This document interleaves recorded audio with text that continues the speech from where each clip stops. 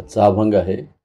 कामातूर चवी सांडी बरळ तोंडी बरळे, रंगले ते अंगी दावी विष देववी आसडे, धन सोसे लागे वेड ते बडबड शमेना, तुका म्हणे व्यसने दोन्ही नरक खाणी भोगावया. याचा अर्थ आहे, कामातूर मनुष्य मनाला येईल तशी बडबड करत असतो. ज्या विचाराने मन भरलेले असते तशी चिन्हे मनुष्य आपल्या शरीरावर दाखवतोच. जसे विष पोटात गेले तर मनुष्य आचके देऊ लागतो. धनाच्या लोभाने माणूस वेडा झाला म्हणजे त्याची बडबड थांबत नाही. तुकाराम महाराज म्हणतात, स्त्री आणि पैसा ही दोन्ही नरकखाणी भोगावयास लावणारी आहेत. भगवान श्रीकृष्ण गीतेमध्ये सांगतात, भोगैश्वर्य प्रसक्तानाम तया अपहृत चेतसाम व्यवसायात्मिका बुद्धीर समाधौ न विधीयते.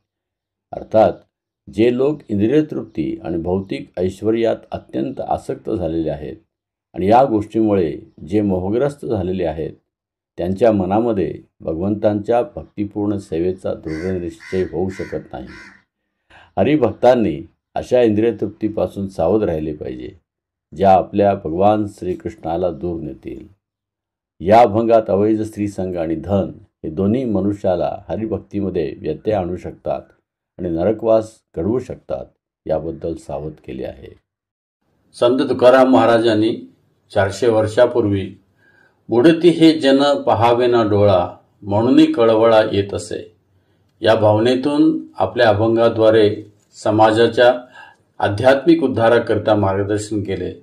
आजही हे अभंग तितकेच मार्गदर्शक आहेत. म्हणून त्याच भावनेने प्रचार व प्रसार करण्याचा हा नम्र प्रयत्न.